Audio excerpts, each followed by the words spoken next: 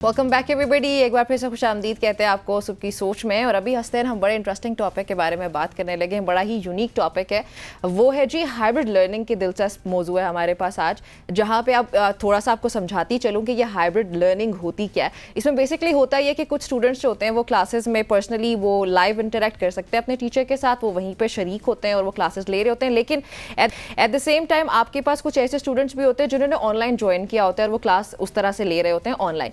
अब ये तालीमी मॉडल जो है वो सीखने का एक नया तरीका है। वो ऑब्वियसली हमने कोविड में इसको बड़े फैलता हुआ देखा था। वो खैर कंप्लीटली ऑनलाइन था, हाइब्रिड से थोड़ा सा मुख्तलिफ, लेकिन हाइब्रिड भी कुछ आई होप्स हो कि आपको उसके बाद आइडिया हो जाएगा। अच्छा, अब इसमें जो तलबा हैं उनकी ज़रूरियात को ये सिस्टम बड़े अच्छे तरीके से पूरा करता है और जो सीखने का अमल है उसको थोड़ा सा आसान भी बनाता है, बेहतर भी बनाता है। ये इसकी कुछ पॉजिटिव साइड्स भी हैं, लेकिन वी नो के पॉजिटिव साइड्स के साथ साथ कुछ ना कुछ मसाइल भी होते हैं। उसमें फिर हम लोग अभी जानेंगे कि हाइब्रिड सिस्टम क्या होता है और फिर ब्लेंडेड लर्निंग मॉडल क्या होता है और इनमें फ़र्क क्या है, और ये कैसे हमारे जो तालीमी निज़ाम है पाकिस्तान में ऑलरेडी हम लोग अक्सर बात करते हैं कि बड़ा ही वीक सिस्टम चल रहा है हमारा एजुकेशन सिस्टम। तो उस पर बातचीत करने के लिए हमारे साथ जी मौजूद हैं हसनैन, आपको बताएंगे। मौजूद हैं फैसल बारी साहब, जो कि माहिर तालीम भी हैं और आप इनको जानते भी हैं, हमारे प्रोग्राम में इससे पहले भी आ चुके हैं। बारी साहब, सबसे पहले आपको खुशामदीद कहते हैं, thank you so much for joining us. और जिस तरह निम्रा ने अपने इंट्रोडक्शन में बताया कि हाइब्रिड लर्निंग के हवाले से आप पाकिस्तान में न्यू डेवलपमेंट्स हम देख रहे हैं, लोग इस तरफ जा रहे हैं। सबसे पहले तो हमें बताइएगा कि ये है क्या और इसके कितने ज़्यादा फ़ायदे हो सकते हैं आने वाले दिनों में हमारे एजुकेशन सिस्टम को। बहुत शुक्रिया आपका बुलाने का। जी बिल्कुल, हाइब्रिड सिस्टम भी आ रहा है।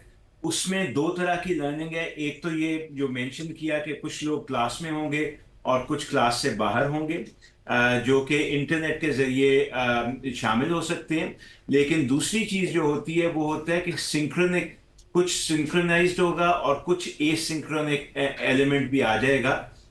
सिंक्रोनाइज यानी जो आप इंटरनेट पे लाइव क्लास में जो कुछ क्लास में हो रहा है उसमें शामिल हो सकते हैं। और एसिंक्रोनाइज्ड है कि अगर आप घर बैठे हैं, आपको लेक्चर वहां रिकॉर्ड करके मिल जाए और आप अपने वक्त, जब भी आपके पास वक्त हो तब आप देख लें और उसके बाद फिर अपने सवाल और जवाब वगैरह दे सके। सो ये सारी फॉर्म्स जो हैं ब्लेंडेड लर्निंग की और हाइब्रिड की, ये सारी फॉर्म्स अब आती जा रही हैं। और इसकी मेन जो इम्पेटस बन रहा है, एक तो खैर हमारे कंसर्न्स हैं, क्वालिटी के कंसर्न्स हैं कि भाई बच्चों को अच्छा जो किताबें हैं उन तक एक्सेस, अच्छे मटेरियल तक एक्सेस दें। पर इससे ज़्यादा जो ज़्यादा चीज़ हमें पुश कर रही है देखने में कि हम इंटरनेट बेस्ड लर्निंग कैसे ला सकते हैं, वो आपको पता ही है। प्राइम मिनिस्टर साहब ने 3-4 महीने पहले एजुकेशन इमरजेंसी को भी लॉन्च किया था कि 26 मिलियन या 25 मिलियन बच्चा हमारे 5 से 16 साल के वो तालीम से स्कूलों से बाहर बैठे हैं। तो उन तक हम कैसे पहुंचे, लगता नहीं है जिस तरह के हमारे हालात हैं, चाहे वो इकोनॉमिक हो या हमारी प्रायोरिटीज हो, कि हम इतने सारे स्कूल बना पाएंगे कि इन तमाम बच्चों को स्कूलों में ला सकें। या जो जितने बच्चे अभी भी पैदा हो रहे हैं, तकरीबन 6 से 7 मिलियन बच्चा हर साल पैदा होता है पाकिस्तान में, उनको भी तमाम को हम स्कूलों में ला सकें। सो उसके लिए हमें कोई ना कोई internet based blended learning based systems लाने ही पड़ेंगे। वहां पोटेंशियल बहुत नजर आ रहा है हुकूमत को भी और लोगों को भी, ताकि हम जैसे खान एकेडमी है और बाकी चीजें, ताकि हम उन तमाम बच्चों तक पहुंच सके जो इस वक्त तक स्कूलों की रसाई जिनके लिए मुमकिन नहीं है। अच्छा बारी साहब, लेकिन इसके बहुत सारे फ़वाइद ऑब्वियसली हम मेंशन कर चुके, मैंने भी अपने इंट्रोडक्शन में किए, लेकिन आपको नहीं लगता कि इसके फ़वाइद होने के साथ साथ कुछ ना कुछ नुकसानात भी हैं? फॉर एग्जांपल, जो हमारा एक ट्रेडिशनल सेटअप है उसमें जब एक स्टूडेंट क्लासरूम में बैठा होता है तो वो अपने आप को सबमिट करके कुछ रूल्स एंड रेगुलेशंस को फॉलो करते हुए बैठा होता है। ये इंसान की नेचर है, वो जब तक प्रिंसिपल्स को फॉलो नहीं कर रहा होता तो वो जाहिर है हम लोग अटेंशन भी नहीं दे पाते, उस तरह से फोकस नहीं करते। ऑनलाइन जब इतना आसान कंफर्ट जोन में होगा तो कंफर्ट जोन में मुझे नहीं लगता कि कोई इतनी आसानी से सीख सकता है जब तक उसको जरा फोर्स नहीं किया जाता। ये आप बिल्कुल ठीक कह रही हैं। इसके बहुत सारे अभी तो मसले मसाइल हैं जो हमने अभी देखने भी अभी शुरू ही किए हैं। हाँ। आप भी देखिए कि मसलन हमारे पास इंटरनेट का आपको हाल पता ही है कि वो जितना पहले स्पीड पे चलता था अब तो वो भी नहीं चलता। तो उन हालात में आप कैसे लाइव सेशंस वगैरह कर सकते हैं? इतने ज्यादा स्टूडेंट से हर इलाके में पाकिस्तान के इंटरनेट नहीं है। फिर जितनी गुर्बत है, वर्ल्ड बैंक की रिपोर्ट कह रही है 40% गुर्बत है। इसका मतलब है 60-65% ऐसे लोग होंगे पाकिस्तान में जो टैबलेट्स, लैपटॉप्स, ये चीजें अफोर्ड नहीं कर सकते। तो अगर आपका देखिए ना, जो आउट ऑफ स्कूल बच्चे हैं वो वही हैं ना जो ज्यादा या गरीब हैं या किसी और वजह से स्कूल नहीं आ पा रहे। उन तक पहुंचने के लिए आपको हर एक के पास टैबलेट, स्मार्टफोन, ये वो कैसे पहुंचाएंगे? तो ये तो इंफ्रास्ट्रक्चर के मसले हैं। उसके बाद वो जो आपने जिनका जिक्र किया, और वहां पे भी बहुत सारे मसाइल हैं। छोटे बच्चे का अटेंशन स्पैन भी छोटा होता है। छोटे बच्चे को आपको, इसीलिए तो हम स्कूल में उन्हें 6 घंटे के हाँ, लिए वो बंद इंगेजिंग करते हैं। सेशन होता है ना। टीचर अगर जैसे ही बच्चा अपना फोकस या टेंशन लूज करता है, टीचर एकदम से उसको कहते हैं भाई ये एक्टिविटी करो, आप मेरे से ये बात करो, सो यू कैन बिल्कुल जस्ट टेक देयर बिल्कुल। Attention back. वो 6 घंटे के लिए इसीलिए तो हम उन्हें स्कूलों में बंद करते हैं, ताकि वहां हम पढ़ा सकें। तो वो अगर चीज नहीं होगी तो बच्चा कैसे पढ़ेगा? फिर एक बहुत बड़ा एलिमेंट जो हम भूल जाते हैं कि हम सिर्फ मैथ्स और ये लिटरेसी न्यूमरेसी नहीं देना चाहते। स्कूलिंग का बहुत बड़ा मकसद उन बच्चों को एक दूसरे के साथ कोऑपरेशन सिखाना, जिसे हम नॉन कॉग्निटिव एलिमेंट्स कहते हैं, जिसमें कॉन्फिडेंस, रिजिलियंस, बच्चों के सोशल अपने learning, social behaviour development. Social interaction, ये तमाम चीजें डेवलप करना भी स्कूलिंग का उतना ही मकसद है जितना मैथ, साइंस, ये वो पढ़ाना है। तो वो तमाम चीजें हम कैसे कर पाएंगे? ये हमने कोविड में भी देखा था कि जब हम कोविड में पढ़ाई तो ऑनलाइन फौरन ले गए थे सारी यूनिवर्सिटीज, बहुत सारे स्कूल, लेकिन जो आउट ऑफ क्लास एक्सपीरियंस और जो नॉन कॉग्निटिव चीजें जिनका अभी मैंने जिक्र किया, उन पे बहुत जबरदस्त हिट पड़ा था हमें, और वो हम नहीं कर पा रहे थे ऑनलाइन सिस्टम के जरिए। तो मेरे ख्याल में तो अभी इसमें बहुत ज्यादा हमें सोच और काम की जरूरत है कि अगर वाकई हम इसको सीरियसली लेना चाह रहे हैं और बहुत एक्सेस एक्सपैंड करना चाह रहे हैं, तो बहुत ज्यादा इन्वेस्टमेंट और रिसर्च की जरूरत है कि वो हम कैसे कर पाएंगे। अच्छा सर, अगर मुझे पहले टीचर्स के वाले से मैं आपसे बात करूंगा, लेकिन पहले अगर दुनिया के नुक्ता नज़र से इसको देखा जाए, वर्ल्ड वाइज देखा जाए, तो दुनिया में हाइब्रिड तालीम जो है वो कितनी ज़्यादा उसका अब इफ़ेक्ट्स पॉजिटिव हुए हैं, नहीं हुए? क्योंकि हमने तो वही काम करना होता है, अनफॉर्चुनेटली या फॉर्चुनेटली कि जो दुनिया करती है उसको हम कॉपी भी करते हैं। तो वहाँ पे ये तालीम कामयाबी से जारी है, या वहाँ पे भी इसके प्रोज एंड कॉन्स के ऊपर बात हो रही है? जी, दोनों चीजें हैं। यूनिवर्सिटी लेवल पे जरा ज्यादा है, और यूनिवर्सिटी लेवल पे क्योंकि बच्चियां बड़े होते हैं, तो उनके सेल्फ मोटिवेशन ज्यादा है। उनके लिए फिर हम वो जो जो बाकी नॉन कॉग्निटिव चीजें हैं वो इतनी शायद इंपॉर्टेंट नहीं होती जितने छोटे बच्चों के लिए होता है कि उनका कॉन्फिडेंस, ये वो बाकी जो। सो यूनिवर्सिटी लेवल पे हमें ज्यादा नजर आ रहा है, उसमें फोकस भी ज्यादा है।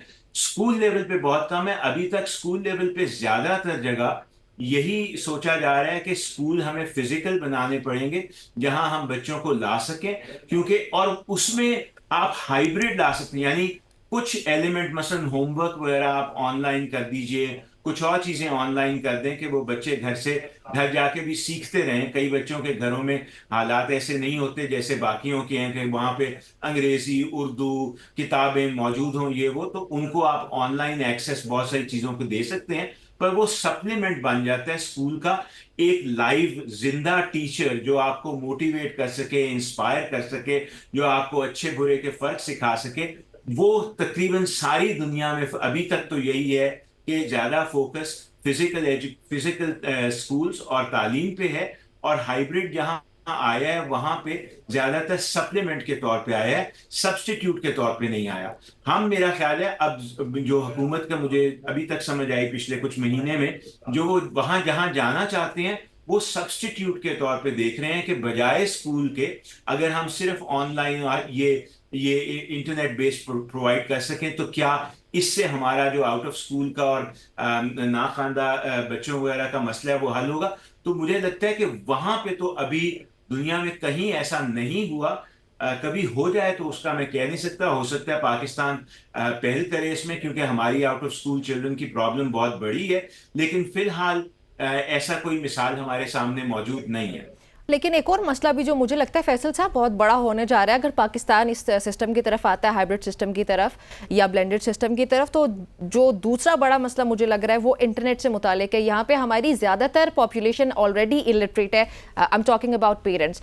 सो if we switch to that, तो वो जूम कैसे डाउनलोड करेंगे, how to deal with that, उसको चलाना कैसे है, स्काइप हो गया, कुछ भी हो गया ना, उनको तो यूज़ करना ही नहीं आएगा, और बच्चे तो ऑब्वियसली दे कैन नॉट। जी बिल्कुल, वो मसाइल भी हैं, लेकिन तो मसलन मेरे ख्याल, माजरत के साथ आपको इंटरप्ट किया, मेरे ख्याल में तो फिर हुकूमत को पहले पेरेंट्स को जाके ट्रेन करना पड़ेगा। नहीं, वो साथ साथ ही शायद करना पड़े। हाँ। कोविड में भी हमें ये मसाइल बिल्कुल आए थे, लेकिन किसी हद तक आप देखेंगे बहुत सारे स्कूलों ने एफर्ट करके काफी हद तक करते, हालांकि तब तो वो मिलना जुलना भी पेरेंट्स से मुश्किल था। सो वो टाइम लगेगा, हो तो सकता है, क्योंकि इतनी ज्यादा टेक्निकल सोफिस्टिकेशन चाहिए नहीं कि आप टैबलेट बेस्ड प्रोग्राम वगैरह पे आ सकें।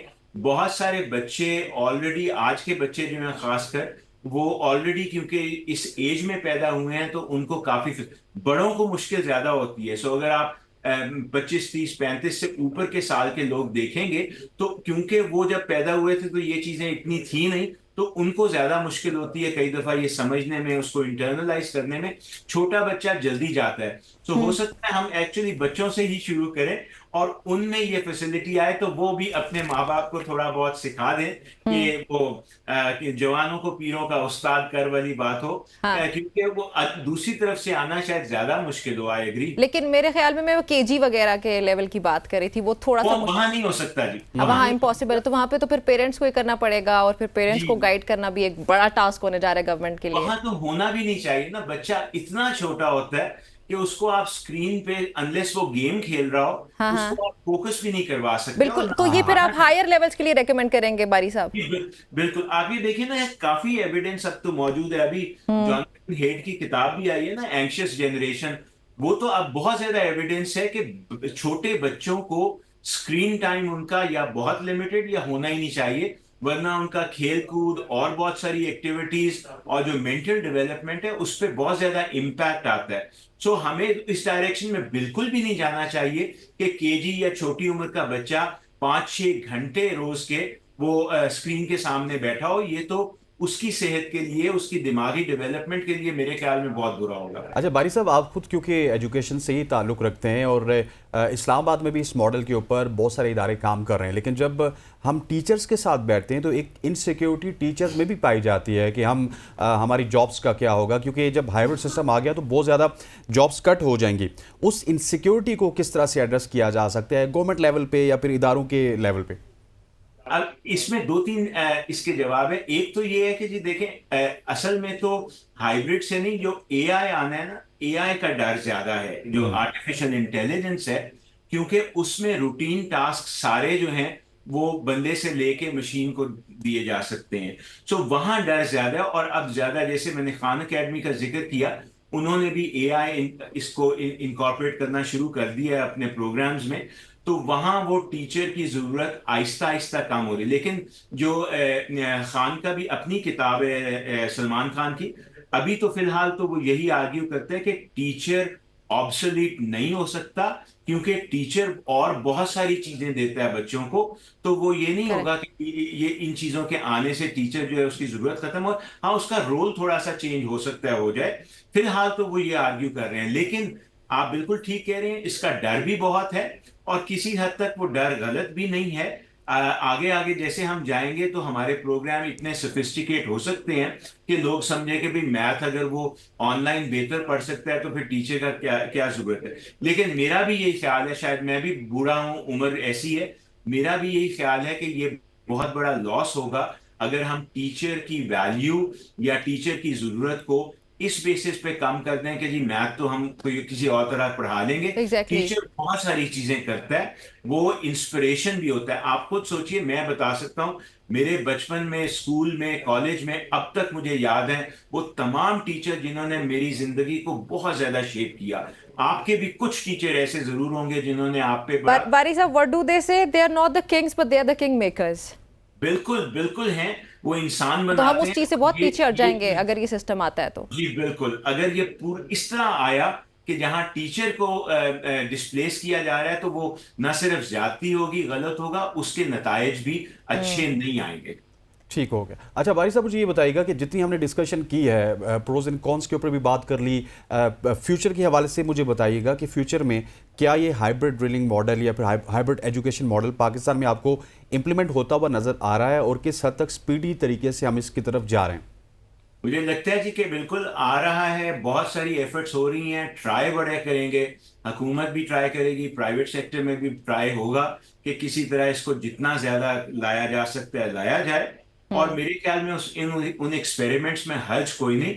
लेकिन मेरी हमेशा प्ली ये रही है कि पेरेंट्स, मैं, आप, हर बच्चा, हर बंदा जो कंसर्न्ड है एजुकेशन से अपने बच्चों की, उसको विजिलेंट रहने की जरूरत है। इतना विजिलेंट कि कोई ऐसी चीज ना हो जो हमारे बच्चों और उनके मुस्तकबिल के लिए बुरी हो, और जहां हम आ जाएं उससे भी जाएं। हमने बेहतरी की तरफ जाना है, तनज़ली की तरफ नहीं। बिल्कुल ऐसे ही है। सिर्फ इसके नाम पे कि टेक्नोलॉजी है या ये आसान है या सस्ता है, इसके लिए हम अपना एजुकेशन सिस्टम खराब मजीद नहीं कर सकते। हमने इसको बेहतर करना है। बेहतर करने की कोशिश करते हैं। और बारी साहब, आई थिंक सो कि मैं भी एक ओल्ड स्कूल में ना, आई थिंक सो कि इसके फ़वाइद से ज़्यादा नुकसान आते हैं। We should be sticking to our traditional setup, ताकि एटलीस्ट सोसाइटी में हमारे बच्चे जो हैं फ्यूचर में बेहतर परफॉर्म कर सके। बहुत शुक्रिया आपका मैं ज्वाइन करने के लिए। नाज़रीन, गुफ्तगू आपने सुनी हाइब्रिड एजुकेशन मॉडल से मुतालिक और ब्लेंडेड एजुकेशन मॉडल से मुतालिक। अब देखते हैं कि हुकूमत क्या करती है। अगर इस तरह की कोई नई चीज़, जैसे बारी साहब कह रहे हैं कि इनकॉर्पोरेट की जाती है, तो फिर उसका ख्याल भी रखना चाहिए कि ऐसे ही ऑलरेडी हमारा एजुकेशन सिस्टम सफ़र कर रहा है, तो मज़ीद तनाज़ुली को हम अफोर्ड नहीं कर सकते। खैर, अभी हम क्या करने लगे? अभी हम ब्रेक ले रहे हैं, ब्रेक के बाद वापस आएंगे तो हम बात करेंगे पाकिस्तान क्रिकेट के हवाले से। Stay with us.